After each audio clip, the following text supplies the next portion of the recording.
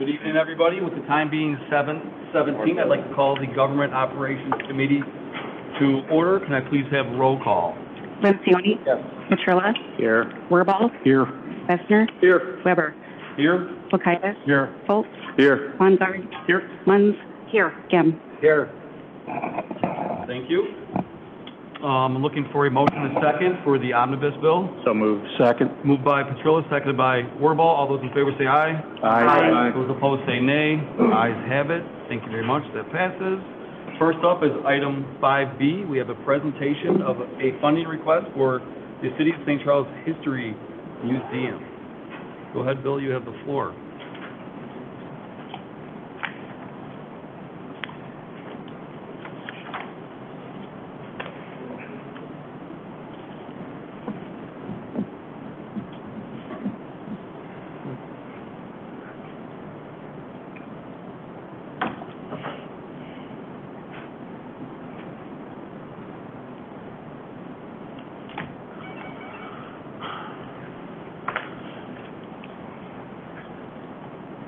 If you could please silence your phones, that'd be great.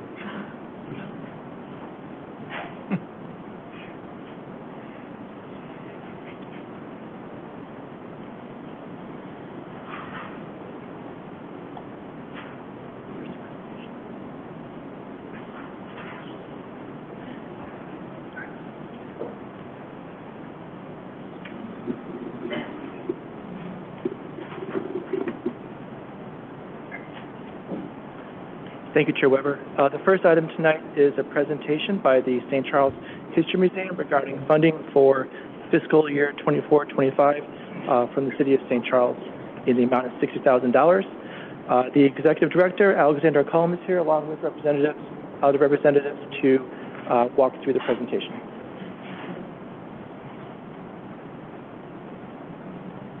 I'm not Alex. I'm Mary Lynn Swanson. And I'm here to welcome you, say hi to all of you, the City Council, the City of St. Charles. And on behalf of the St. Charles History Museum Board, I want to thank you for all that you've done, that with your continuous support, for your funding, for the help from the Building Public Works, and for your support of our mission statement. And we're totally indebted and grateful for all that you do for our History Museum. And at that, I'd like to also go to the next slide. Do I just scroll it up? There you go. So this is our current board that you see on your monitors. And this is the new board that was approved at our annual meeting earlier this month by our members. The newest that we have are Pat Pretz, Vice President, Carol Patterson, our Secretary, Tom Anderson, the Treasurer, Steve Gibson is our past President. Our former past President was Mike Corbett, and he stepped down.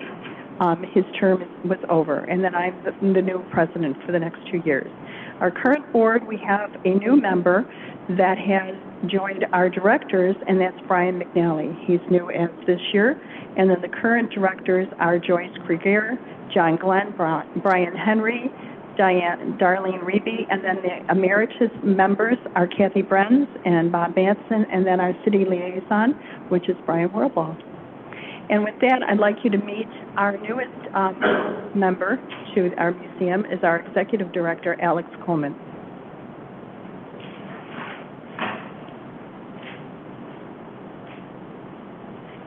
Thank you, Mary Lynn. Thank you to the city board members, committee members, and Mayor Vitek for your time and consideration. I'd also like to extend a thank you to our museum board members who are with us today: John Glenn, Carol Patterson, Steve Gibson, Brian McNally, and Darlene Reby. Sorry. The St. Charles History Museum has a mission to collect, preserve, and present the history of St. Charles, and our values reflect how we go about to achieve that mission. Now, our museum not only has a board of directors, but also 3 main committees that comprise the volunteers and board members who help us achieve our mission. Along with the board members and directors and committee members, the museum has several other volunteers who help us make the museum function at its highest standards. I also want to extend a special thanks to Sue Villanova, who helps us tremendously to operate the Lazy Fox Gift Shop. Now, the next few slides cover achievements that were accomplished over the past year at the museum. I don't want to go into a lot of detail, but I do want to mention a few of the major events. In the spring, the city hosted an event called History Rocks at Rock and Ravioli. We followed that later up in the fall with our Vintage Vibe events at the Hotel Baker and our annual Winter Gala, which is at the St. Charles Country Club. We had two major exhibits at the History Museum this past year. The first was Spiritualism in the spring, which is Spiritualism in St. Charles, followed by St. Charles and the 1933 Chicago World's Fair. Now, one other thing that was very important that we accomplished this year was the operating days open. Originally, beginning with the year, the museum was open Thursday, Friday, and Saturday from 11 a.m. to 4 p.m. By August, we extended that from Tuesday through Saturday, and by the beginning of September, we extended the opening days from Tuesday through Sunday, with the only day being closed as Monday. This helped us to achieve a 40% increase in attendance at the museum. The museum also partnered with the St. Charles Public Library to host two programs that correlated with our exhibits. And the second program, which was in October for the 1933 World's Fair, was so popular we actually had to add a second program as the first one sold out. Now, as previously mentioned, what am I saying here? The museum, of course, does not run on its own, and we want to thank our community partners, most notably the City of St. Charles, but also our business partners for all their support as well. Now, as previously mentioned, we have our annual gala. This year we celebrated our 90th anniversary at the History Museum and had a record attendance of 130 tickets sold, which is 10% higher than the attendance in 2022. Now, looking forward to the future, what we have coming up in 2024. We have two new exhibits that are coming up. The first one will be starting this week, which is the history of opera radio and Duquesne, followed by, the history of music in St. Charles, not just music, but also the people who presented the music. We have the return of the Grave Reminders, along with more guided walking tours in St. Charles, along with museum-hosted paddleboat tours along the Fox River.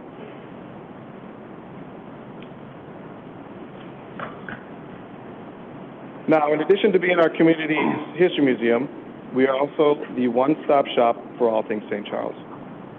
From home decor to apparel, people have visited us literally from all over the country to purchase St. Charles gifts and souvenirs for themselves and for others. Now, to get into the financials. You'll note on this slide that COVID had a serious effect on our revenue and expenses in 2019 and 2020. But as you can see from the trends in 2022 and 2023, we're showing a path back to steady growth. Now, COVID-19 also forced the museum to reduce its budget and reduce its staff in 2021. We're also conserving our budget forecast in 2022. But note the difference in budgeted revenue versus expense in 23 and 24 reflects the board's decision to maintain revenue headroom to allow for fluctuation in staff working hours. Now, any surplus in that will be moved to our investment account at the end of the year. Now, this is a very interesting slide here. The chart is showing our funding, and even with the increase in funding in 2024, the percentage of funds from the city is about the same in past years, at about 30%. And the 2024 estimate that we're showing right here does include the increased amount that we're asking for this year. As mentioned before, we will transfer any additional funds from overages into our investment account, which we did have the opportunity to do midway through 2023. Now, the museum started out in 2023 with a full-time executive director and a part-time collections manager.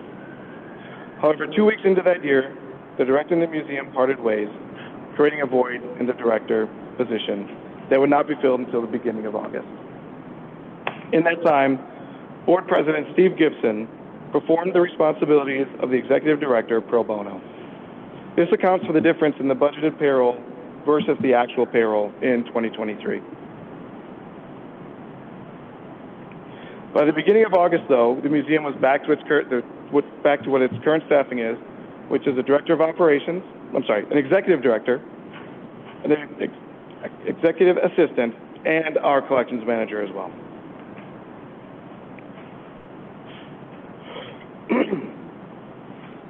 We are asking the City of St. Charles to approve for funding for the museum in the fiscal year 2024. As you can see, we have made significant commitments to improving how we deliver our mission statement to collect, preserve, and present the history of St. Charles. With qualified professional staff, new fundraising events with established partners in St. Charles, like the Arcada Theater and the Hotel Baker, and additional grants available to us as nonprofits, the next step we need to take is to make significant improvements in how we market the museum. So outsourcing of the marketing, which is currently all done in-house right now, will not only provide professional media for brochures, posters, web content, but will also create more time for the staff in the museum to focus their efforts in expanding the operations of the museum in multiple different ways. These include developing and implementing more interactive exhibits in the museum itself, and also to bring pop-up exhibits to community events. We will be able to reestablish the museum's education committee to provide programming to school district, homeschool children, children's clubs such as Boy Scouts, Girl Scouts, and also to reinstate the Junior Historical Society at the museum. We will be able to expand collaboration with the Park District, the Public Library, Norris Cultural Arts Center, and others to host events promoting the City of St. Charles. It would also allow us to seek additional grants to support the museum. In addition to marketing, the museum is also full. We are at capacity, and there is no space for the items that we are accessioning right now. We currently have 3 external storage units, and with what's happening and the trends we're seeing, it will involve most likely a 4th in 2024. Now, the increase of $10,000 over last year is a significant ask for the museum. In past years, we have refrained from overstepping our needs, and we recognize funding is finite. However, the Board of Directors feels that the museum is uniquely positioned at this time to take the additional necessary steps to broaden our demographic and increase our impact on the community and school system. And this additional funding allows us to undertake those steps. I want to thank you all very much for your time, and I'd be happy to answer any questions that you may have. Thank you, Alex. Thank you, Mary Lynn, and then thank you, Steve, for stepping up in that void that shows your commitment, obviously. Any questions? Go ahead, David. Just more of a comment. Thank you for your presentation. I am a personal member of the museum. I support what you guys do, and I'm in favor of your request, and look forward to the grave reminders, as you mentioned. I took part in that last year, so I'll be Ira Menard again if you want. Oh, fantastic. Okay, cool. So yeah, I support, and thanks for what you do. Thank you. Go ahead, Brian. Yeah, thanks for your presentation. The History Museum is an asset to the community. One thing that you said that stood out for me was that you collaborate with businesses in our community and different organizations. So not only are you preserving our history, you're investing in our community with the other businesses and organizations. So with that being said, I'll make a motion to approve. We'll take some more comments. Go ahead. Sure. Go ahead, Mark. Can you go back to the revenue sources slide, please? Question, when I look at 2023, because you have it up there for 2024, about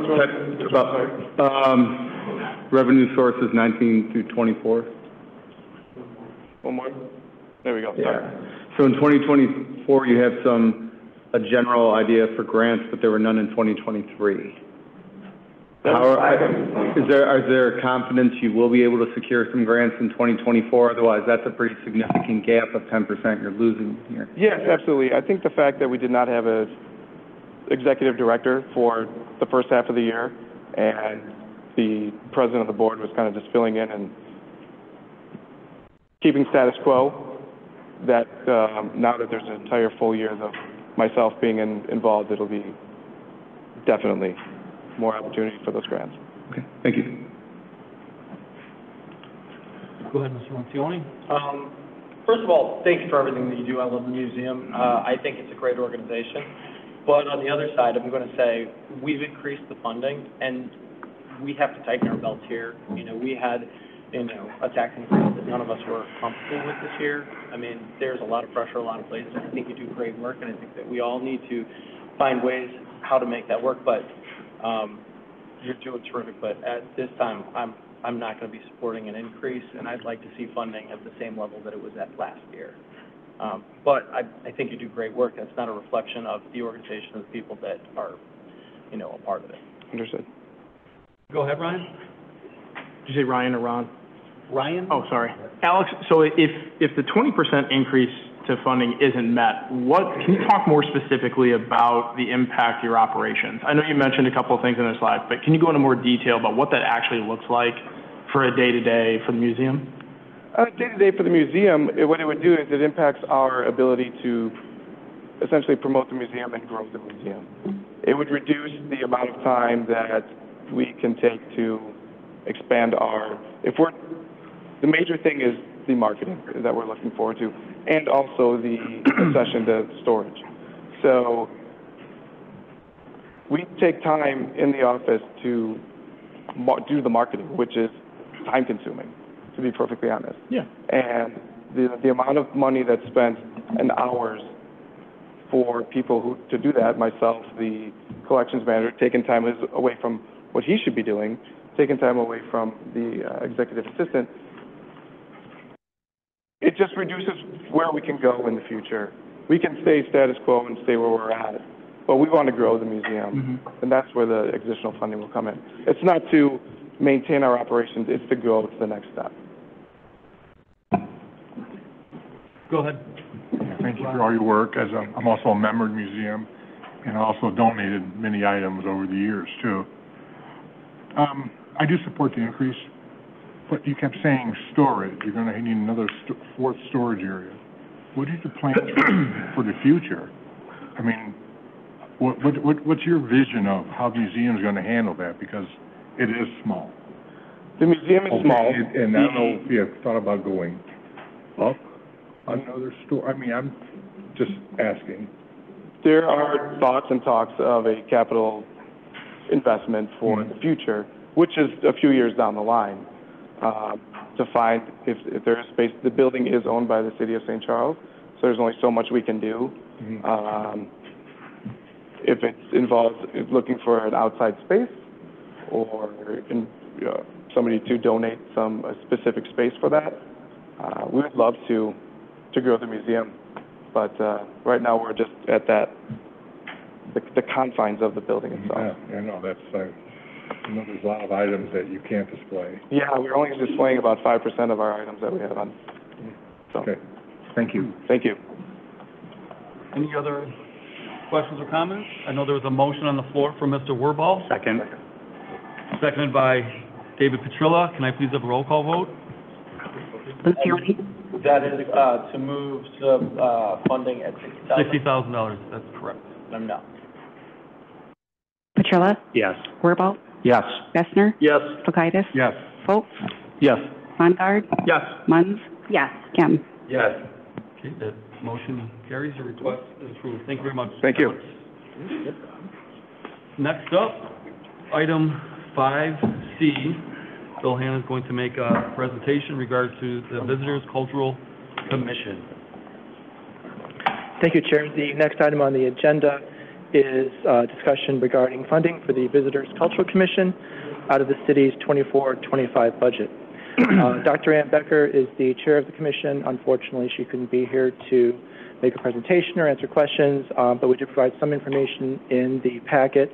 The commission's funding has been $90,000 over the last 6 years. They periodically have been inquiring about if additional funds would be available, so she passed along a request to consider some sort of additional funding for the commission in the amount of 10% to 20%, which would be about $9,000 or $18,000 more than the current fiscal year. As the committee is aware, the Visitors Cultural Commission receives applications from not-for-profits throughout St. Charles that support the arts, theater, and other programs to bring those events to the community. The commission goes through a methodical process to assess those applications and to also allocate funding. Those funding recommendations are brought to the City Council at the end of April and ultimately approved in May. So with that, staff is just looking for a little direction on the amount of funding that should be allocated for the VCC for next year's city budget. Thank you, Bill. Any questions? Go ahead, Brian. I saw that there's a spread of 10 to 20% on the requests. So my personal opinion, I figure something in the middle, 15% would be something I would support. So that's where I'm at with that. Okay. Go ahead, David. I was going to just concur with Brian. I think that's prudent, meet in the middle. Any other comments? No? So is that I'll make a motion approved for 15%. Second. All right, we have a motion and a second to approve the funding of a 15% increase above and beyond the $90K that they typically get. With that, can I please have a roll call? Lencioni? No. Petrilla? Yes. Wirball? Yes. Bessner? Yes. Fokaitis? Yes. Foltz? Yes. Bontar? Yes. Munns? Yes. Kim? Yes. Okay, motion carries. Thank you. Thank you very much. Next up is item 5D, Jenna Sawicki. Oh, I'm sorry, Derek is going to make a presentation. I'm actually just doing the introduction. So one more funding request presentation. This would be for the St. Charles Business Alliance, and we'll get their presentation loaded, and I'll introduce Jenna Sawicki, their executive director. Thank you, Derek.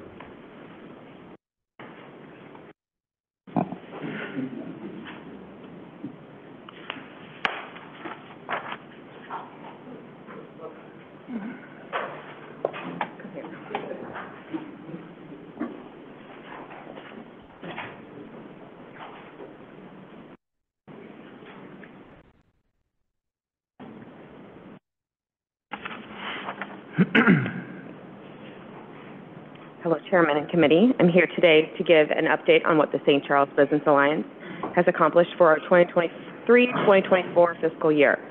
We will show you the return on your investment for the year, as well as highlight our accomplished goals and our upcoming goals for next year.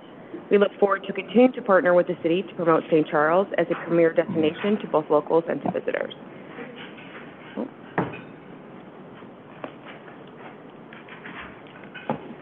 The St. Charles Business Alliance is a DMO that serves the St. Charles community. As the destination marketing organization for St. Charles, we are responsible for promoting a community as an attractive travel destination and enhancing its public image as a vibrant place to live and work. Through the impact of travel, we strengthen the economic position and provide opportunity for people in our community.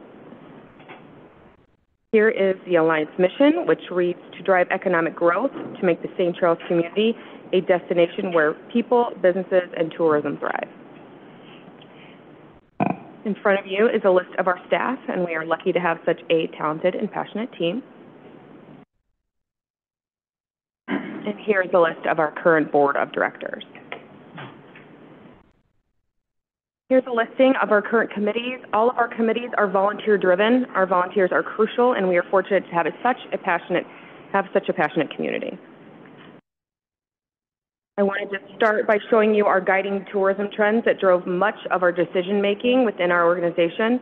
Our strategic planning was led by these major trends that are in front of you: ecotourism, wellness tourism, and emerging tourism. These are international and local trends that we continue to see on the rise in destination marketing. and is aligned with the demographic that shop, dine, and stay in St. Charles. You will see these themes throughout our entire presentation. We are fortunate that St. Charles has many amenities that draw in people. It's our job to get the information to them so they can visit and enjoy our community and everything it has to offer. Our marketing committee is chaired by Amanda Stevens, and here's a list of some of the major accomplishments in social media and influencer marketing during this past year. Our social media has continued to grow. As you can see on the screen, we reached over 2 million people and gained over 2,000 followers. Our influencer program continues to bring credibility, increased engagement, and brand awareness to the community of St. Charles.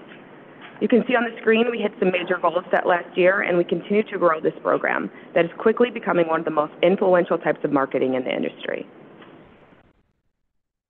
And in front of you here are our major accomplishments for our newsletter, blog, and podcast. The importance of having enough content with consistent branding and information is a major key to our success. You can see our podcast has made leaps and bounds this year as we hit our goals and beyond in listenership.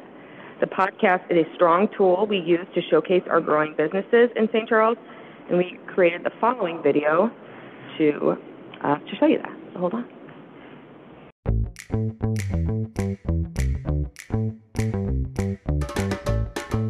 Hello, everyone, and welcome to the What's Up St. Charles podcast. I'm Nate. And I'm Nick. Really just walk into any theater and hopefully enjoy what you're seeing. Peter, Casey, and the filling station is giving Probably back. went in room and evening in Paris twice a week. Family-friendly kind of obstacle Like race. 98% of our ticket sales is people doing both. A handful of standards that I enjoy. Great Western Freedom Forum Run. Yeah, I'm right over there off of 5th Avenue, Route 25. There's always a big band of volunteers that are happy. Started like a Couch to 5K, and they want to learn how to run more efficiently. Collaborating both the traditional and power from them. To me, the fact that we are all one. Species that you might, birds that come to bird feeders. What it means is that I'm really dedicated to the science. Time around the fire pit, and we give you supplies to make s'mores. Yeah, which is the highest honor for us. I can confidently say that I've learned so much. Implement it. So I spent time with them going on and off. Having the opportunity to have that in my business was just really, really fun. To help as many as we can. They'll salvage anything you want when it comes to bicycles. And we came up with the St. Charles Shop Club. Surrounded by like greenery, and there's people doing local stuff. Bar atmosphere, like you can come in, you know everyone. Offering unique spins. Cornfield in the building, and we've been there ever since. They're also big sellers during this time of year. The majority of our friends and families arrive around 10 a.m. Small businesses here that are going to support us along the way. There are some improvements and changes that we want to make to the menu. In their 20s all the way, into their 70s. Thanks for having us. Thank you. Absolutely. But this is going to lead us into our Travel St. Charles app that continues to grow and be the go-to source to find information about events, music, and businesses, and much more. We are thrilled with the results and growth from the app, and will continue to invest and improve on the content that keeps the community informed.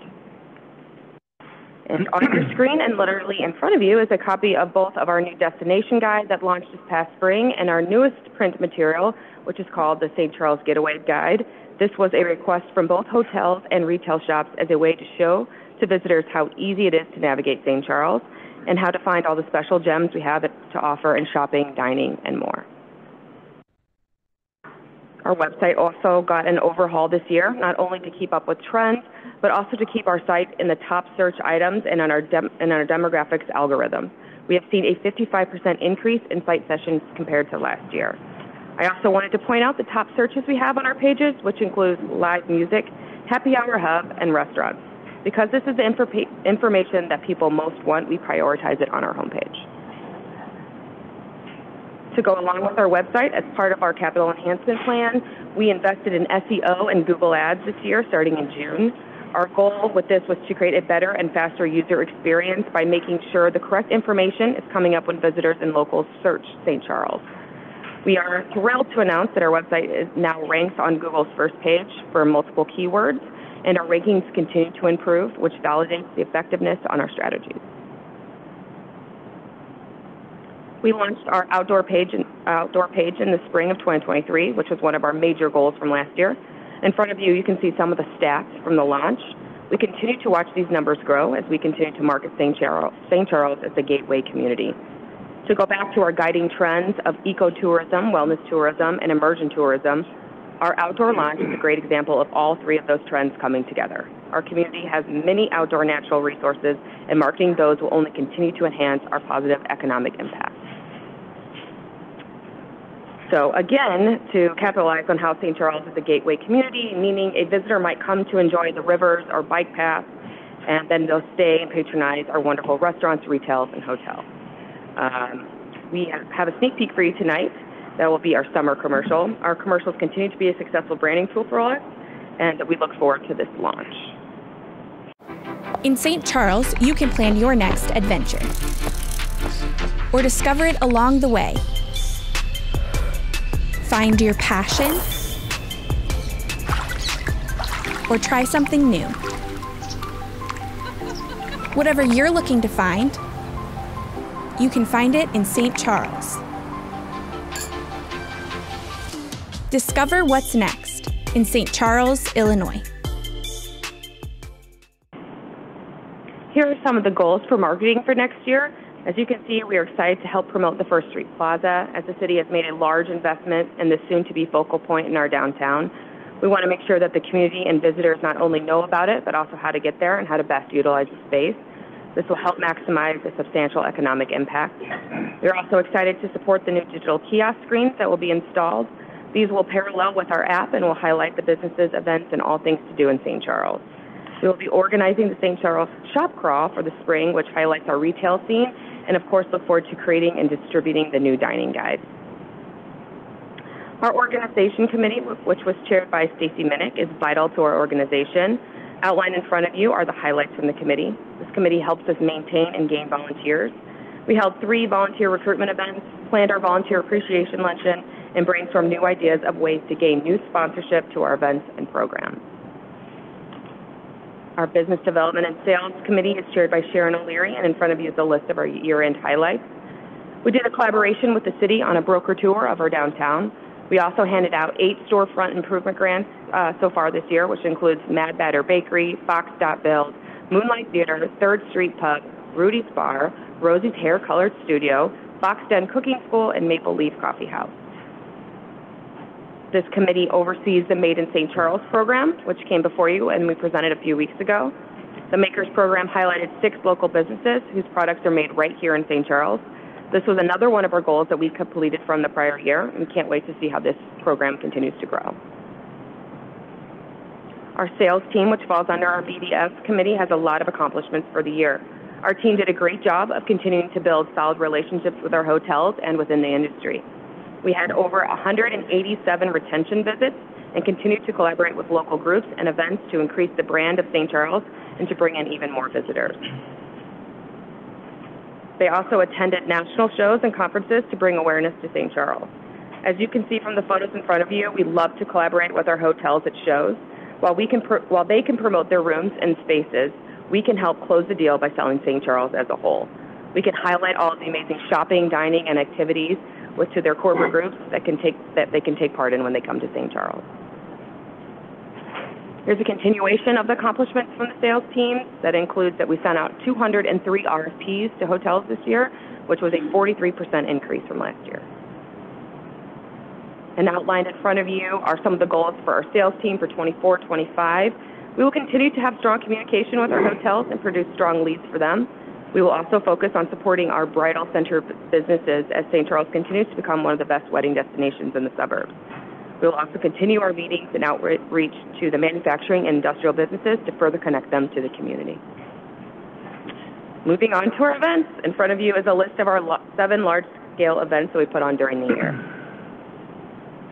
Start with our Fine Art Show. The 2023 Fine Art Show was a great event with great weather. In front of you are some of the stats from this year.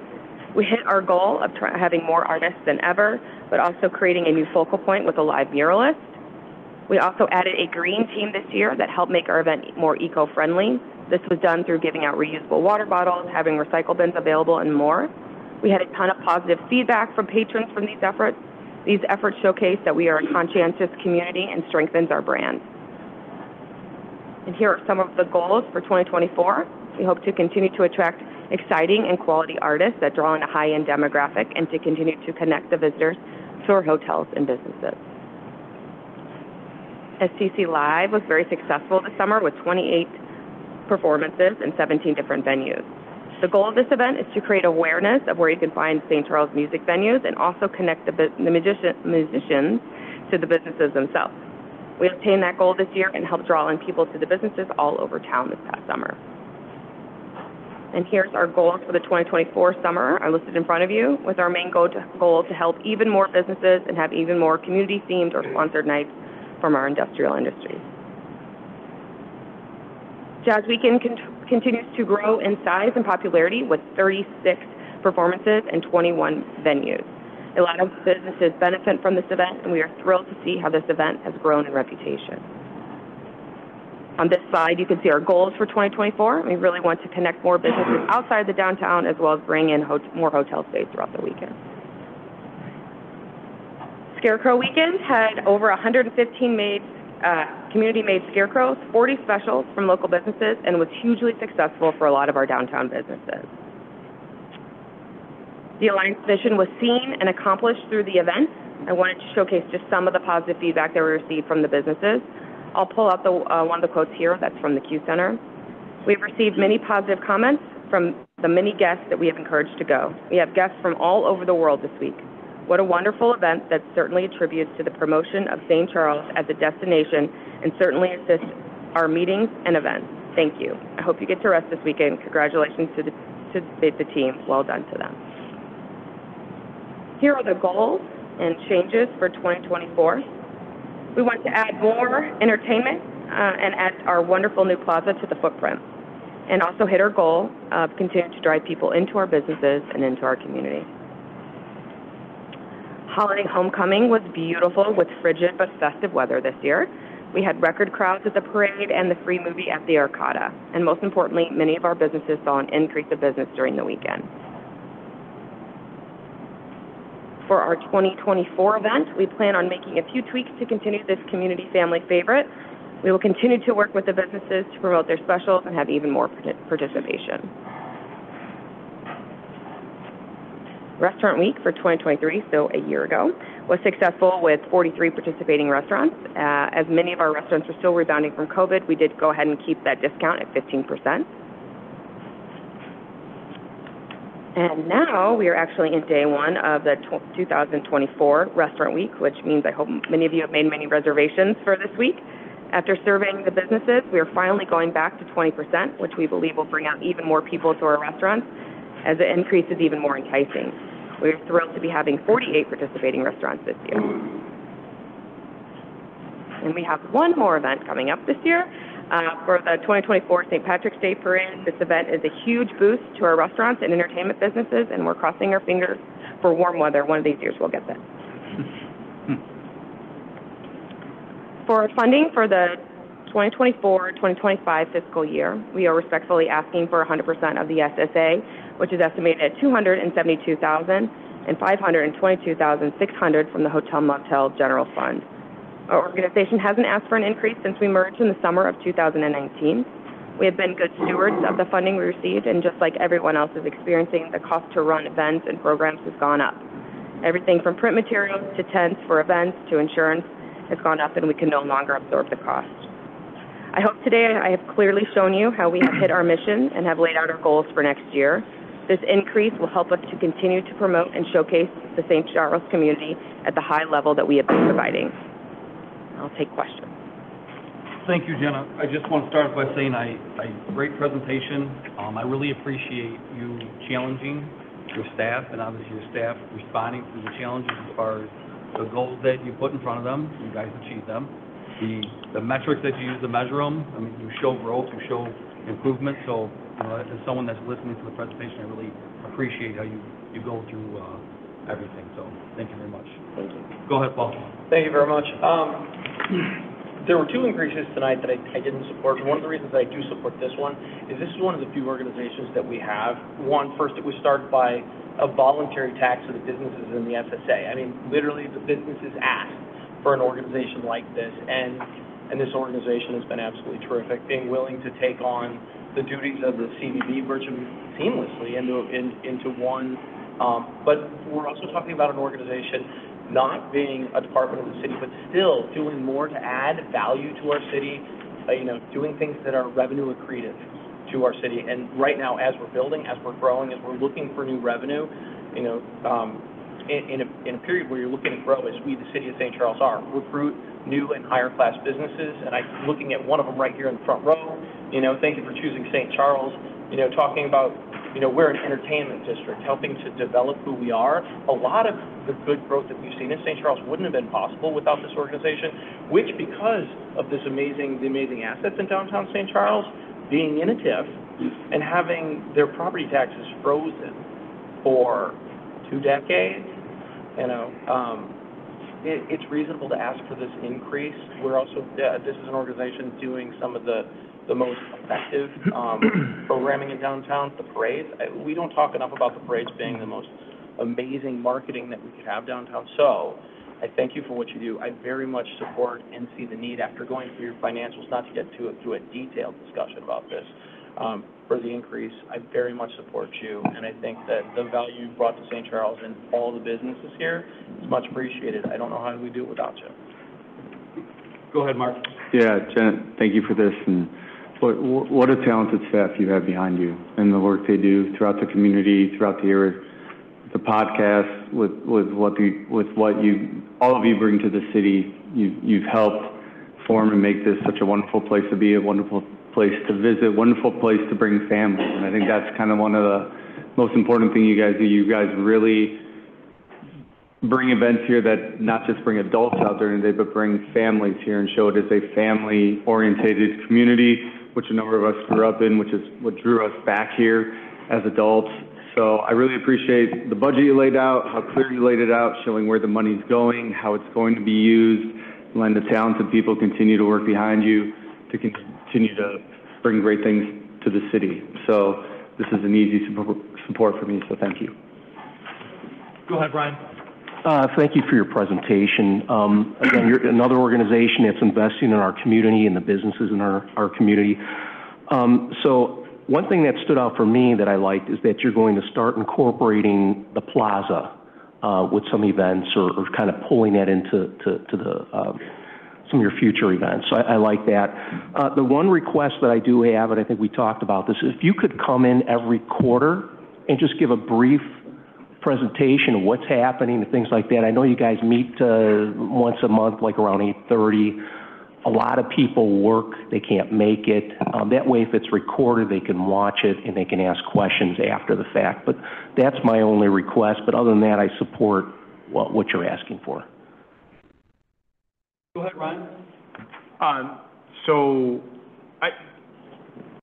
Something that doesn't get talked enough about, and you kind of touched on it, but the impact that this organization, that this group makes for small businesses in the community, where those are resources that they don't have to dedicate, or that they can repurpose into employing people, doing other things.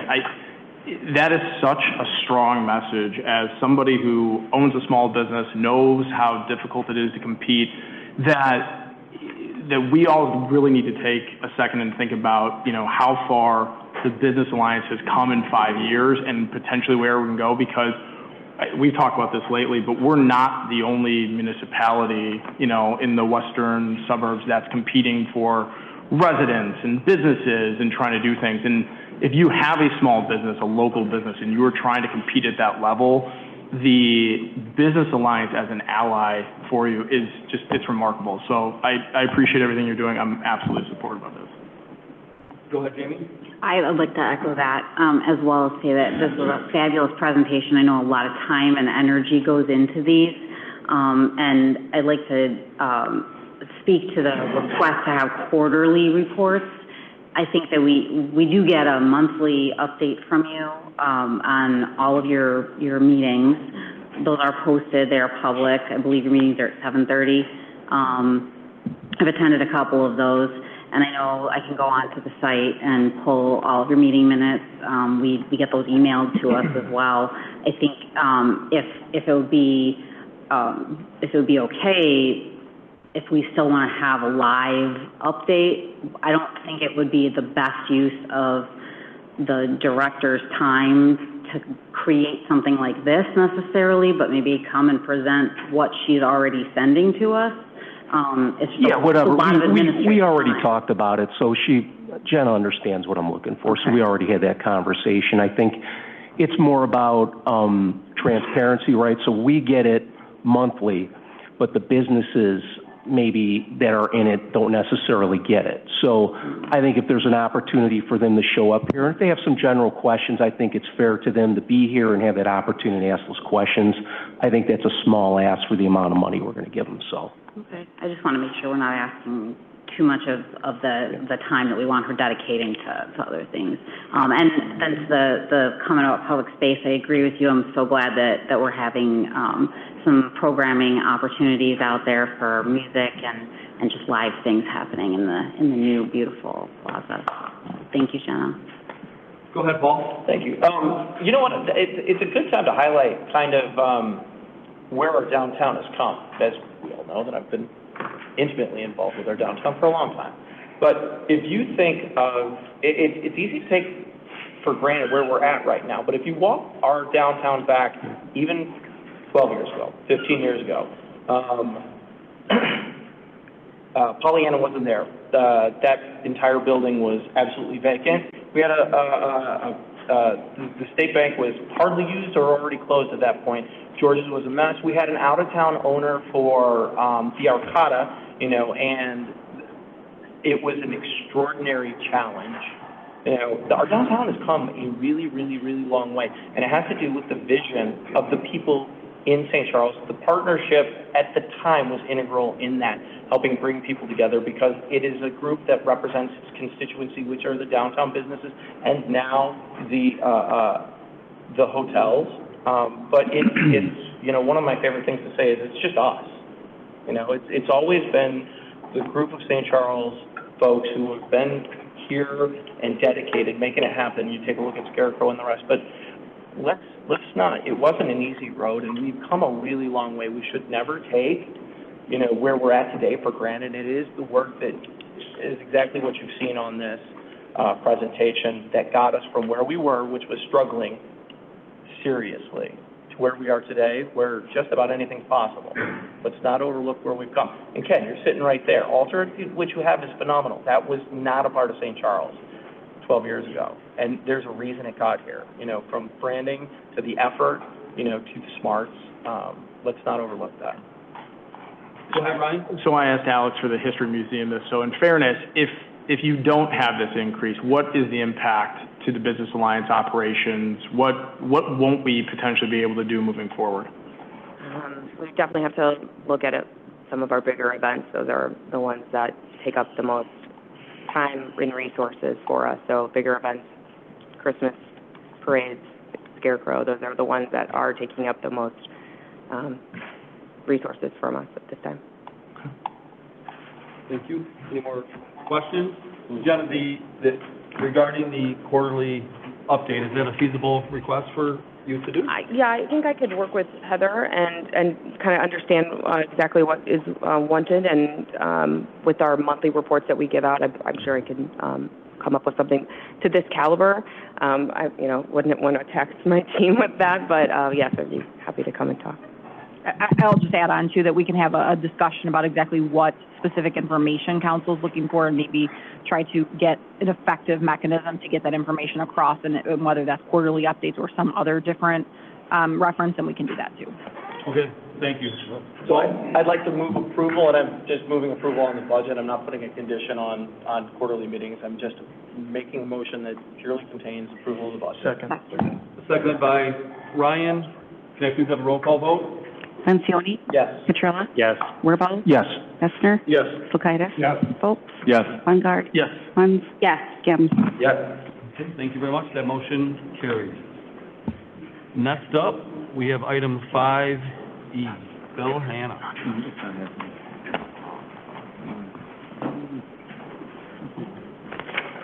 Thank you, Chair Weber. At the recent winter workshop, a presentation was made regarding the significant increase in cost of water and sewer fund operations that the city has recently realized. We also discussed a significant increase in the annual debt service requirements that the city has begun to repay due to new IEPA loans necessary to fund some pretty significant capital projects that have been in the planning stages and have recently been completed. We also talked about a significant number of other capital projects that are on the horizon, many in the $10 to $20 million range that need to be funded. We talked at the workshop that in order to fund these types of things, realistically, a significant water and sewer rate increase is probably needed. However, staff recognizes that a significant increase may have a significant impact on customers and homeowners. Instead, staff proposed as one option a series of moderate 5% water and sewer rate increases over a multi-year period beginning with June 1st, 2024 bills through 2027. This would give staff some of the additional funds necessary to maintain operations and fund annual debt service requirements, while providing some additional funding for capital improvements. As part of this plan, staff intends to supplement, if necessary, the water and sewer funds with other city resources in order to ensure critical capital projects can continue forward over the next several years. Approval of these multi-year rate increases would give staff the better ability to plan for operations and various capital improvements over the next several years. We are intending to look at options and proposals for a utility rate study, and sometime over the next several years after completion of master plans for both electric, water, and sewer utilities. The city is not proposing any electric rate increases at this time. The last time the city increased electric rates was 5 years ago in 2019. The financial impact of a 5% water and sewer rate increase on a typical utility bill is about $7 a month, or about 2.8% on average. There are two ordinances on the agenda, one dealing with the sewer rate increases, the first one, and the second one with the water rate increases. So if there's any questions, I'd be happy to answer them this time. We could take one at a time. Questions on item 5E? Go ahead, Ryan. So this feels like it's a Band-Aid to get a little bit more money to help address for a little bit, knowing 2 years down the line, we're going to need something bigger because we've got this big problem. So it kind of feels like, well, if we know that this increase isn't going to make a huge dent and fix this, why not come up with a bigger solution, even if it's a year or two down, and just stay where the rates are at?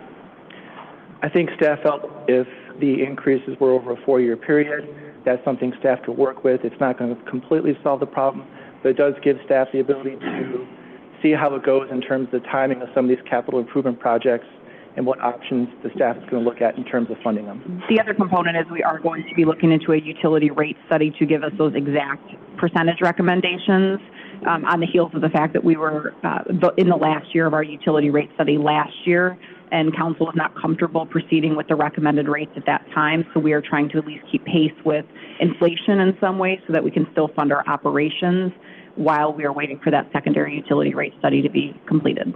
But we could still fund operations now. It's just you're looking to increase, have a little bit more money to do more work with, but it's not ultimately going to get you to where you want to be. Correct. As if you will recall from the January 22nd workshop, we talked about even our employment numbers in that department are going to need to be increased due to the capital needs that we have in our water department.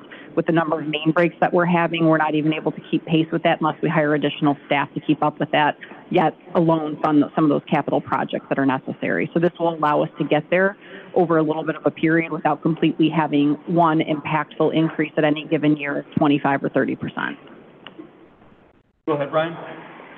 So, Bill, if this passes tonight, and I support what you're asking tonight, you won't need to come back next year or thereafter to ask because this is for a 4-year period. Is that correct? That's correct. The intention is to work with this and plan our capital appropriately when the timing comes up, and then look into the rate options down the road. Okay. All right. Thank you. Go ahead, Ed. So just to be clear, so 7%, or $7 on average, I should say? On average, yeah. And that's going to stay constant for the next 4 years? Or yeah, everyone's utility bill varies a lot. Some will be... We're not having another increase next year and another one. Correct, yeah. Perfect. I support this 100%. Thank you. Well, I do too. It's a great idea just to plan forward, but when you do these types of rates, just being the newbie and understanding forecasting, so what the rate increases over the 4 years, any idea on what the impact revenue-wise to the water and sewer fund would be? Projecting out the future revenues with the increasing rates? About $11 million over a 4-year period, aggregate. Aggregate over the 4 years. Okay. Yep. Thank you, Bill. Yep. Any other questions? Go ahead, Jamie. I guess I am a little bit confused. If we're doing a utility rate study again, and so I guess I have 2 questions in here. So first of all, last year we had one, and this is prior to me being here, so excuse this question if I don't understand it correctly. We had a utility rate study, and there was a recommendation made that was rejected, essentially. That recommendation was not accepted. Last year was the 4th year of a series of large increases that were recommended on the water utility side. Those rate increases were implemented partly over that 4-year period, so there was some catch-up to do. In addition, there were some other capital projects that came up specific to the water utility that required some funding. So after that, the rate study kind of ended essentially at that point. Okay. But we took a reassessment of the capital needs of the city, the new debt service obligations that the city has undertaken with the loans to come up with this recommendation. Okay. So, and then we're going to do we are doing another utility rate study. Correct. So the city is undergoing the master plans right now for the water, sewer, and electric utility. Those probably will be completed sometime this year, maybe early next year, and then there's a process to analyze what that looks like, and then proceed with options to look at a rate study. Okay.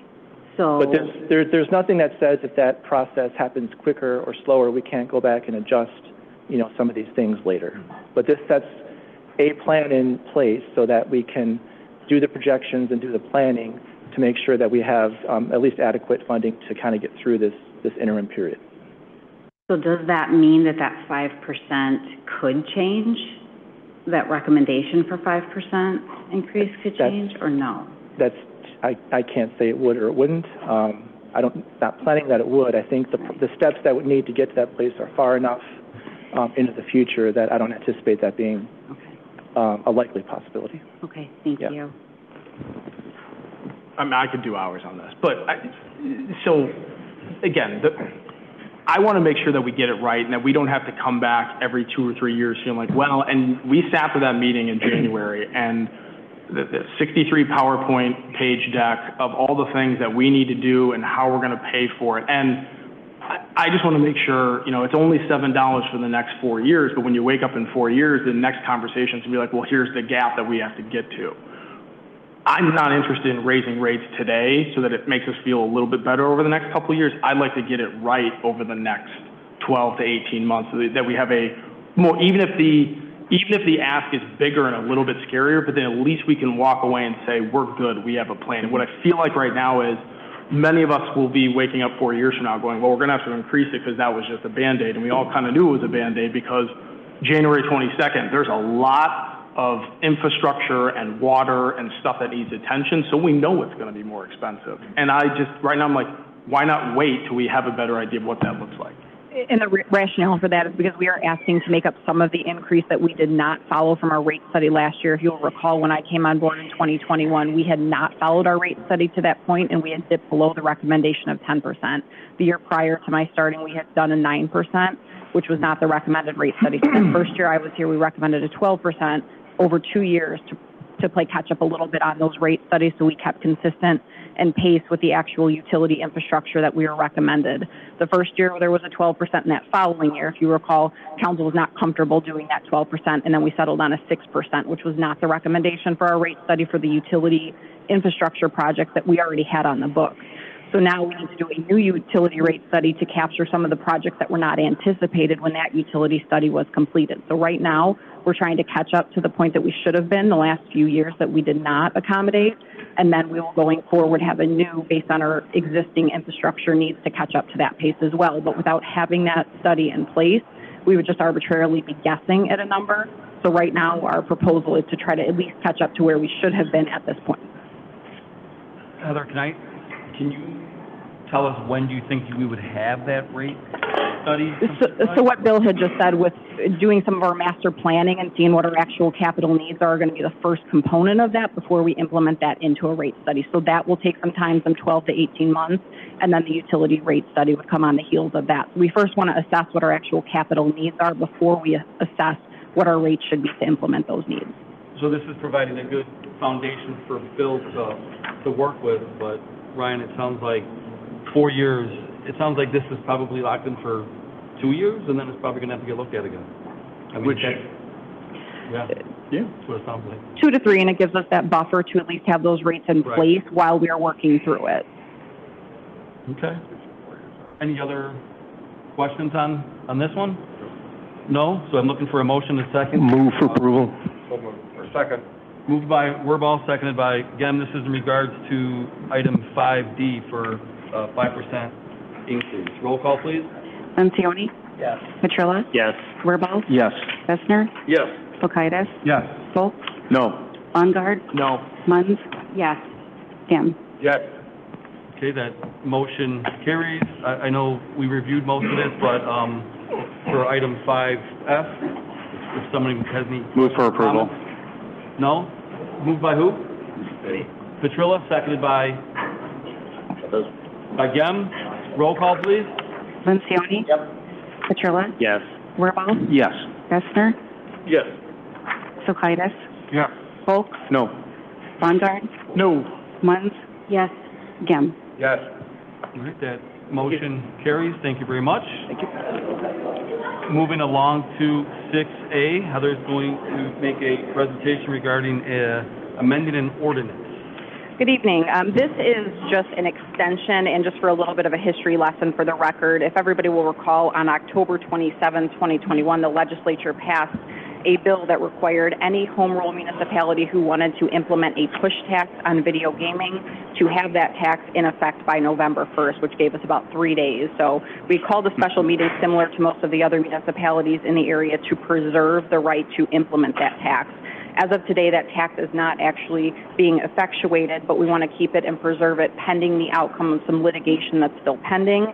And just for a quick update on that litigation, that is actually still pending before the appellate court. So it is not our recommendation to implement that until that litigation is resolved, just so we don't have to potentially pay back any of that tax if it is not upheld. To this point, it has been held in favor of the municipalities and their right to implement that tax.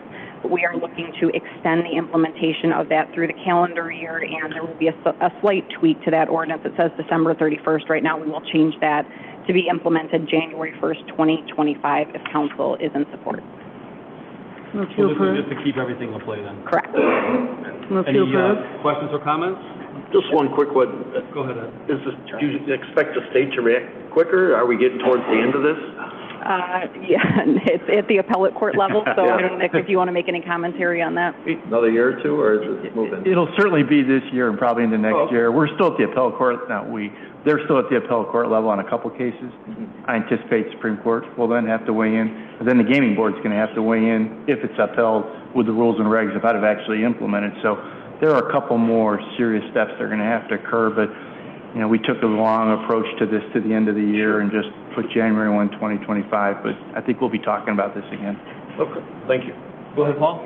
I have one thing to say. I'm not going to get into a big math discussion, but just so you know, if we were ever to effectuate the push tax, it will shift the amount of this revenue stream going into tax, shrinking the portion of this revenue stream that is available for the businesses. And because this tax will shrink the amount of this revenue stream for the businesses, I'm not going to be in support of it. I'm not going to vote for this anymore. It's not coming around. But this isn't a tax that I'm ever going to be in favor of for St. Charles because of how it affects the business's share of that revenue stream. Go ahead, Ryan. Just a point of clarity, maybe. Is it to Paul's point, does it it's a user fee, correct? So it's not impacting the businesses. It comes out of the user, they push it, they pay the penny? It's intended to be a pass-through tax. Okay, I just want to clarify that. Is this a little premature? This is just preserving the right for us to implement this tax. Once that litigation is resolved, we can fully have this conversation. But if we don't have this maintained on the record, then we lose our right to implement it at a future date. I have a motion from Jamie, Second. seconded by Wirball. Roll call, please. Lencioni? No. Petrilla? Yes. Wirball? Yes. Gessner? Yes. Sokaitis? Yes. Foltz? Yes. Bondar? Yes. Munns? Yes. Kim? Yes. Motion carries. Thank you very much. Item 6B. Heather, go ahead. Thank you. This is an item that was discussed at the January 22nd City Council workshop, and this was to propose the creation of a dam task force, and this would be to study the impacts of the removal of the dam as is currently recommended by the United States Army Corps of Engineers. Our dam is owned by the Illinois Department of Natural Resources, but they have stated that they will not remove that dam without the city's approval and consent to do so. But based on our review of this, it's a very in-depth and complicated issue, and we believe that an appropriate amount of time as well as consultants and experts need to be engaged to fully present some options and information to City Council before we as staff ask for a recommendation on that to provide to both IDNR and the Army Corps. So as proposed in this resolution, this would create a task force with 5 members to be appointed by the City of St. Charles. That would include 3 elected officials as well as 2 residents. And then additionally, 3 from the St. Charles Park District to include at least 1, but not more than 2 elected officials, and then 1 resident, and then 1 member from the River Corridor Foundation. The point of that would be to assess the environmental, economic development, and recreational impacts at minimum, and then provide feedback to both the City Council as well as the Park District. And the timeline for that would be by March 1st, 2025, just to give appropriate time for them to assess those items as well as engage anybody consultant-wise that is necessary to do so. And any costs would be split by both the Park District and the City Council to be pre-approved by both groups before those expenditures would be made. So the approval process, appointed by the mayor with consent of the City Council, will we be voting on the appointments? That's correct, similar to all the other appointments, and I believe the mayor's intent is to bring all of those appointments before City Council with the next City Council meeting on the 20th with approval of this resolution. Go ahead, Ryan. So I know I brought it up before, and I think the River Corridor Foundation is great. I'm curious why publicly they've come out and stated their position of where they want to go, and how with a task force, if we're trying to look at everything completely objectively, how that makes sense moving forward. Just from a staff perspective, it was to make sure that there's representation of all positions and all voices as part of that, to make sure that we are fully assessing each aspect of that, not just taking a position outright. But then why not have other committees on? I mean, I get it's River Corridor, but it's not. It seems like we're potentially painting ourselves in a little bit of a corner if you've got 3 of us up here and Park District, and you're trying to look at this. I mean, this is going to be tough for a year and a half, and if you've got 1/3 of the group that's coming out saying, "Hey, this is the direction we want to go," now you're already starting with, okay, now I got to work to see if I can get you to maybe look at this different. And I guess my position on that is the task force is not designed to make a recommendation to City Council, it's to provide the information. And because they've gathered a significant amount of information and invested a significant dedication of resources to that, to have their voice as part of that information gathering was valuable from our position. And it's, again, not to have them make a recommendation one way or the other, it's just to assess those items. And because of the amount of information they've already accumulated on that, it made sense from a staff perspective to include them. But it's certainly up to City Council how we want to structure that. Go ahead, Mark. With the appointment of the community members, how is that process kind of playing out?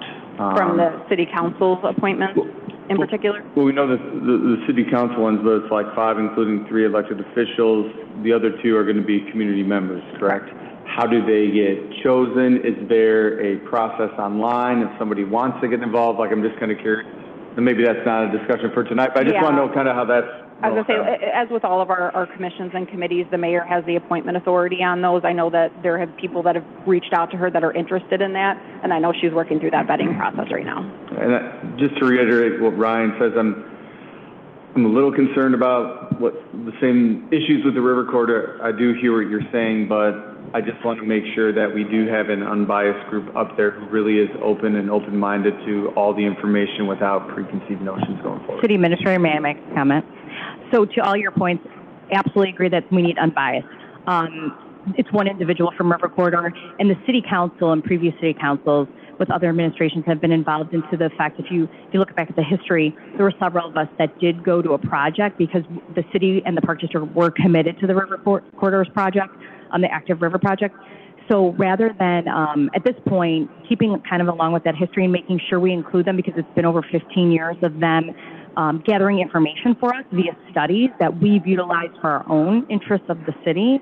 My feeling was to include them in that process because it is a project that has been an option in front of City Council in the past to continue along that process. Again, doesn't mean that that is the option, but I believe there's valuable information there that they can provide the task force.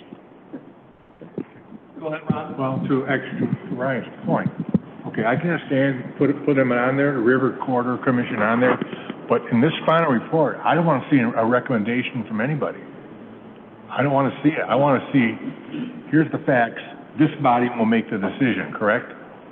Correct. It will ultimately be them providing right. information to City Council, Okay. and then City Council determining whether or not they want to support that. All I want is information. I don't want a recommendation from each member of this task force. Leave them on, that's fine. I have no problem with that. Just as long as when it comes to us in the end, there's no recommendation, information only.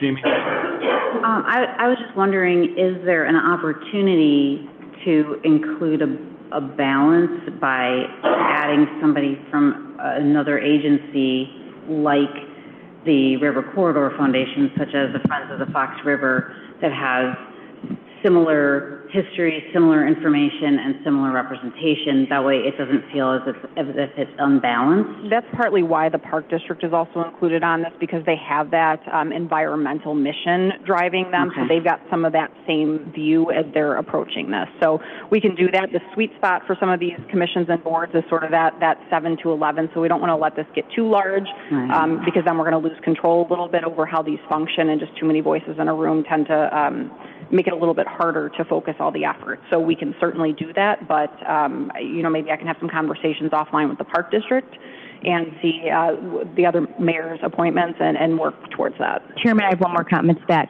We have had conversations with the Park District, and there has been identified in a beginning list of what experts do need to come to this task force to provide information. So that very well could be the instance of where someone's included there. We definitely will have invited experts. It's just that they may not be a member of the task force, if that makes sense. And you all will see that to review that list as well. Thank you. Any other comments, questions? No? Looking for Mr. Lencioni moved. Second. Seconded by Gem to create a task force regarding the impact of the St. Charles Dam. Roll call, please. Lencioni? Yes. Petrilla? Yes. Wirball? Yes. Besner? Yes. Kulkaitis? Yes. Foltz? Yes. Lundgaard? Yes. Munns? Yes. Gem? Yes. That motion carries. Next item is 7A. Chief Keegan, you have the floor. Thank you. So item 7A is a recommendation to approve a resolution for a lease license agreement with the Kane County State's Attorney's Office for digital forensic services and the use of the St. Charles Police Department's digital lab and associated office space. So currently we own and operate a forensic recovery evidence device called FRED. And what that does is stores extractions from digital means, meaning laptops, desktops, tablets, cell phones. The State's Attorney's Office approached the police department. They obtained a grant to hire a forensic specialist. Due to space needs and some of the other determining factors in their analysis on their grant, they asked us to host this particular person. And then as part of this agreement, we would also obtain various enhancements to some of our extraction devices, especially in the cell phone realm. Our priority with this is obviously crimes against children, or our ICAC unit, which is the Internet Crimes Against Children's Task Force, and then a lot of the crimes that we investigate with the State Attorney's Office and prosecutors have to deal with digital forensics. So there is no cost to the city. This lease, which was reviewed by Mr. Peppers, is substantially similar to the AID lease, which is the Associate in Development lease we have with our social worker program. Once again, it's office space, use of our digital server. They would bring the personnel on board. We would house them at our police facility, and then in addition, we would get a number of enhancements to software that we currently don't have. So really, this is a win-win for both entities. And with that, I'd be happy to answer any questions that you might have. Chief, how long is the lease for? It's indefinite. There's a kick-out clause should either party give advance notice, but it's in perpetuity. Thank you. Move for approval. Okay. Brian, you have a question? Yeah. Do you plan on having any future intergovernmental agreements with like Geneva or South Elgin, or is this just with the city of St. Charles? You know, currently with mutual aid efforts, we have a lot of task forces that we're a part of, whether it be major crimes, accident investigation units. We utilize the sheriff's office for quite a bit of that. So we have a lot of those already in place. This is specific to digital forensics. So a lot of those are already done and kind of embodied in our fabric as far as what we do each day. This is just a specialty unit that we're going to be really the only department in Kane County that's going to have this. So if Geneva needs something like this, they go directly to Kane County, or could they come to our facility? Yeah, there's an agreement. If you read in the exhibit, obviously St. Charles would get first priority, and then crimes against children obviously is the top priority. But if another agency within the county or even DuPage needs to use the services of this specialist or our equipment, so long as we can staff that, we would. Okay. All right. Go ahead, Jamie. I thank you so much. That's great information. My only question is, since it's an indefinite lease, do you have the space? Absolutely. For that? Okay. So our server, it's a standalone server in our forensics laboratory, and then the employee from the State Attorney's Office will be housed in our investigative unit, and there's a directed landline that actually runs from the server to this office. There's a swipe control. So it's through our door proxy system, so only the investigator will have access to this office. Right now it's vacant. Okay. And when we constructed the police department 4 years ago, we built some additional office space for not only community relations and maybe some of our outreach with social services, but also within our investigative unit. We built additional space for our drug task force and some of our task forces. So this was planned for. Okay. So we're happy to see it pan out. Okay. Thank you. Thank you very much, Chief. Looking for a motion, a second. Moved by Second. Kurla, seconded by Wirball. All those in favor say aye.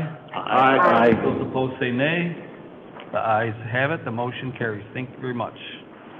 Next up, we have public comment. Seeing none, do we have anybody online that wants to make a comment? That's a no.